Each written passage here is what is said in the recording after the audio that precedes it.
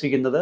അപ്പം നമുക്ക് ഡയറ്റ് ഒന്ന് ഏത് ചികിത്സാ വിധിയിലാണെന്നുണ്ടെങ്കിലും നിങ്ങൾ ആഹാരം ക്രമീകരിക്കുക എന്നുള്ളത് പരമപ്രധാനമാണ്. അതിൽ ഒരു കാൽസ്യം ഫ്രീ ഡയറ്റ് നോക്കണം. പ്രത്യേകിച്ചും ചീര, ക്യാബേജ്, കോളിഫ്ലവർ, അതായത് ഇലകളെല്ലാം ഒഴിവാക്കണം. മുരിങ്ങയില ഒഴിവാക്കണം. കാൽസ്യം കൂടുതലുള്ള നെല്ലിക്ക നിങ്ങൾ ഒഴിവാക്കണം. കത്രിക്ക ഒഴിവാക്കണം. അതുപോലെ കാഷ്യൂനട്ടും കപ്പലണ്ടിയും ഒഴിവാക്കാൻ നിങ്ങൾ ശ്രമിച്ചേ പറ്റൂ. വെള്ളം കൂടുതൽ കുടിക്കുക. ഒരു 3 ലിറ്റർ വെള്ളമെങ്കിലും, അതായത് 3 കുപ്പി വെള്ളമെങ്കിലും മിനിമം കുടിക്കാമെങ്കിൽ സ്റ്റോൺ ഉണ്ടാകുന്ന തരി അതുപോലെ അങ്ങ് തെറിച്ച് പൊക്കോളും. വലിയ സ്റ്റോണൊക്കെ ആണെന്നുണ്ടെങ്കിൽ അത് അലിഞ്ഞലിഞ്ഞ് കുറച്ച് പാർട്ടിക്കിൾസായിട്ട് പുറത്തു പോകും.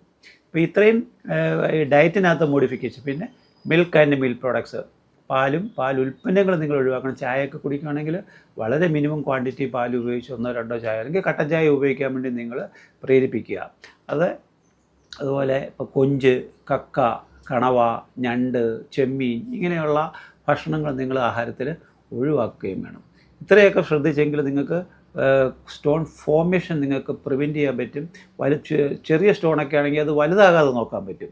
ഈ ചെറിയ സ്റ്റോൺ ഒരു പഞ്ചസാര തരിയുടെ സ്റ്റോൺ ആണെങ്കിൽ പോലും അത് ചിലപ്പോൾ വേദന ഉണ്ടാക്കും. അത് പുറത്ത് കളയാൻ വേണ്ടി കൂടുതൽ വെള്ളം കുടിക്കുകയും